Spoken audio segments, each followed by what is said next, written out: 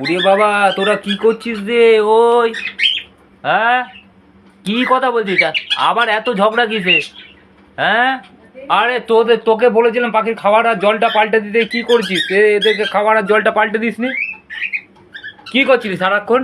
পাখির খাবার জলটা যে ইয়েটা পাল্টে দিসনি, খাবার দিসনি ওদের? খাবার দিনি, এদের খাবার আছে আর সমানে ও ঝগড়া করে যাচ্ছে। পাখিদের খাবার দিয়েছি, কুকুরদের খাবার দিয়েছি। কালু তো এখানে বসে রে। এই কালু, এই তো খেতে দিয়েছে, ওই দু একটা মুড়ি দিয়েছিস। তারপরে কুকুরগুলো আবার বাড়া রাস্তায় নিয়ে গেছি পটি করাতে। আবার এই বাসনগুলো, ঘর ঝাড় দেওয়া, মোছা, এগুলো কে করে?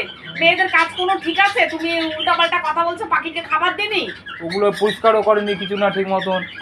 এসে আমি কতগুলো কাজ করে দিলাম। 3বার ঝাড় দেওয়া হয়ে গেছে, 3বার ঝাড় দেওয়া হয়ে গেছে। 3বার ঝাড় দিয়েছি আমি তো, 3বার 3 টুকরোও দেখলাম না।